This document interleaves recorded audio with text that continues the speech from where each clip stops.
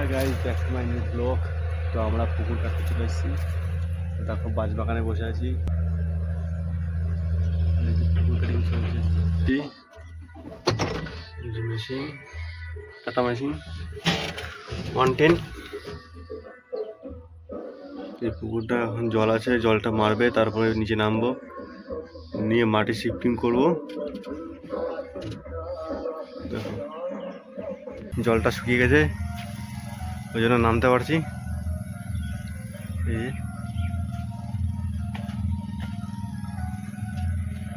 Machine দেখো, box কেটে কেটে যেতে হচ্ছে।